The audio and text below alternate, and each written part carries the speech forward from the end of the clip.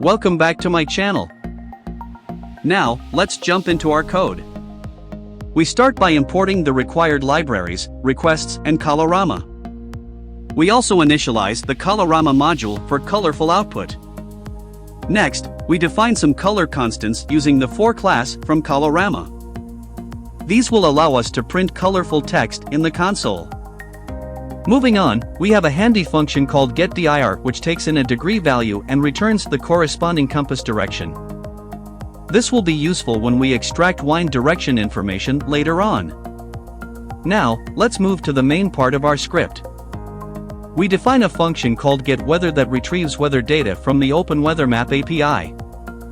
We pass in the location and our API key as parameters.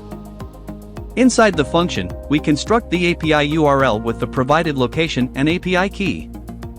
We send a GET request to the API and retrieve the response data in JSON format.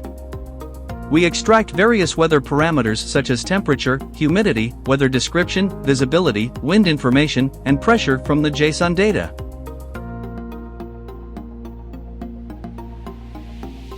Once we have all the necessary data, we return it from the function. Now that our function is ready, we can proceed to use it and display the weather information to the user.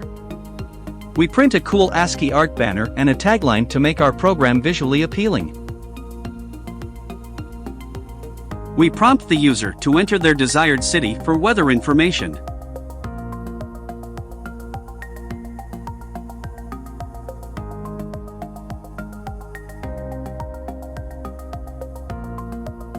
We then call our getWeather function with the user's input and the API key to fetch the weather data.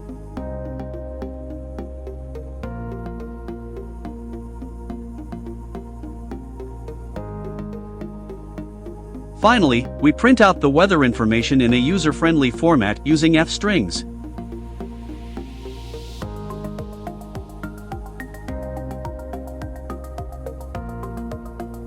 And there you have it. Our script is complete.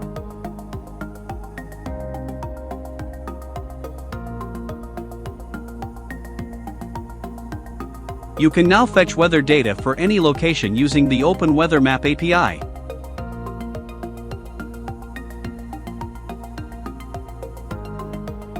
That wraps up today's video on weather forecasting with Python and the OpenWeatherMap API. I hope you found it informative and useful.